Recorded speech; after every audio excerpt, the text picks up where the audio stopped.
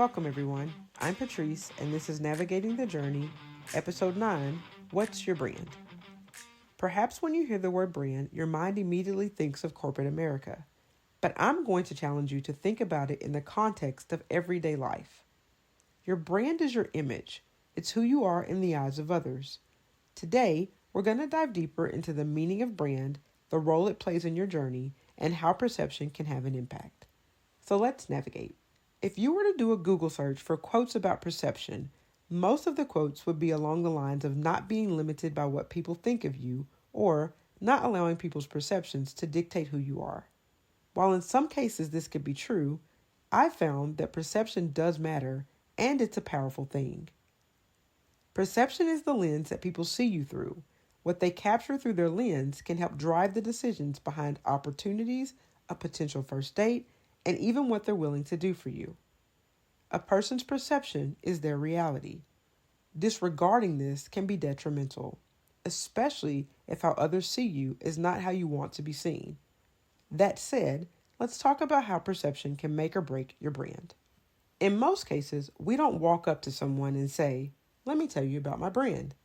Instead, your brand is typically interpreted based on your approach, interactions, and behaviors.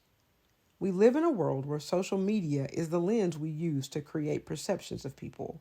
If someone posts pictures of their happiest times, moments of kindness, or mansions with fancy cars, we perceive them to be happy and kind individuals with financial means. Even if this is not the reality, because it's what we've been shown, it's what we associate with their brand. It's important to remember, people create perceptions from what they see. Build your brand in a way that brings your truth into focus, aligns your actions with your beliefs and values, and continuously strive to let that be the lens through which people view you. When building a strong brand, you must be mindful of the impressions you make. Anytime you make an impression on someone, you leave what I like to call a deposit. Your deposit should bookmark your brand in that person's memory. It's been my experience that the type of deposit you leave says a lot about who you are. And while you can make multiple deposits, there's enormous value in the first one. Think about the first time you met someone you think highly of. They're likely so highly regarded by you because of the initial deposit they made into your life, either emotionally, mentally, or spiritually. Now think of the first interaction you had with someone you don't regard so highly. Chances are, the first deposit they made added no value to you. While there will be other opportunities to change your brand, it's so important to make sure the deposits you leave with others represent you in the best way. There are instances where you may only interact with someone one time with no indication that later down the road, that person will actually become your brand ambassador. An ambassador, by definition, is a person that acts as a representative. Brand ambassadors can be friends, family, co-workers, and even strangers. They are the unsolicited promoters and detractors of your brand. You can't always be present for every conversation related to you, and it's those instances where ambassadors show up front and center. Have you ever needed information about someone you didn't know, so you asked someone who knew them for insights? The person you ask becomes a brand ambassador at that moment. You may not be able to control when your brand ambassador is called upon, but you can make sure that your brand is one that they can speak favorably of.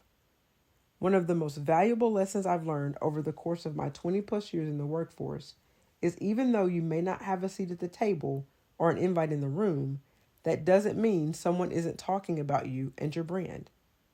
Your life brand works the exact same way. This is why the deposits you make matter. After building a strong brand and creating brand ambassadors, it's important to understand that your brand is fluid and it can change as you grow. Part of growing is being able to place your pride to the side and understand your brand can be defined differently depending on who you ask. Some people will define your brand exactly as you would. Others may define it in ways that will shock you. Many times we are offended that someone's perception of us doesn't align with how we see ourselves. Instead of discounting what others think, I've found it to be very beneficial to take their outlook and use it as a catalyst to change your brand if necessary. Sometimes what we learn can be valuable, and there are times where it can be taken with a grain of salt. In either instance, we have to have the courage to ask for and openly receive feedback from those who have both positive and negative perceptions of our brand. This week, I encourage you to find 3 people and ask them to define your brand as they see it. If your response doesn't align with their brand, it may be helpful to ask why they have the perception they do. If it does align, it may still be helpful to ask why. There's a chance they may see something from you that you don't even realize you're doing, and it makes you better moving forward. Receiving feedback allows you to make adjustments based on something tangible versus an assumption. Changing your brand based on what you assume to be wrong doesn't guarantee that adjustments will be fruitful.